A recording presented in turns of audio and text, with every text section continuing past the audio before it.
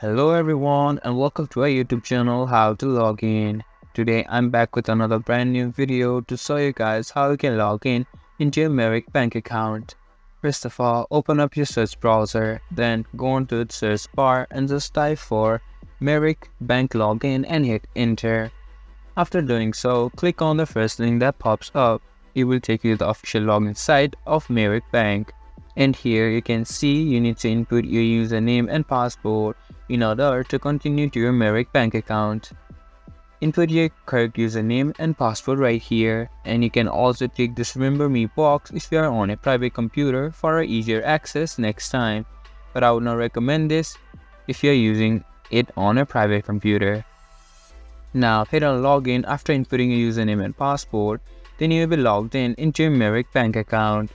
So guys, that's how you can log in into your Merrick Bank account.